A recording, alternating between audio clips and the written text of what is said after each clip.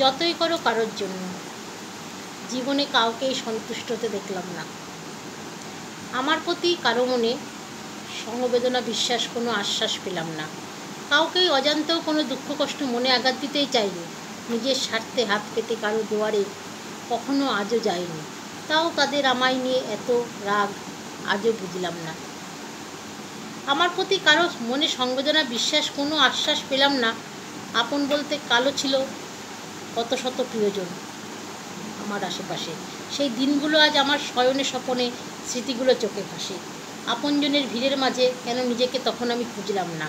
আমার প্রতি কারো মনে বেদনা, বিশ্বাস, কোনো আশ্বাস পেলাম না।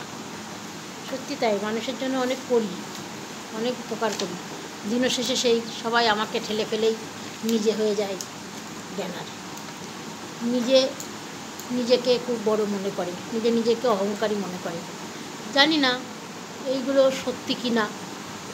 আমি জানি এরকমভাবে চললে হঠাৎ করে কেউ অহংকারীর পথ দেখলে তার পতন হয়। দেখা যাক, আমিও অপেক্ষায় রইলাম। সহানুভূতি চাই না, আমি শুধু চাই সবার কাছে এক মুঠো ভালোবাসা।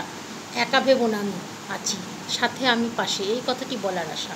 সবাই একা, কেউ কারো নয়, মূল এই কথাটি আজও বুঝলাম না। আমার প্রতি কারো মনে সংবেদনা, বিশ্বাস, কোনো আশ্বাস পেলাম না।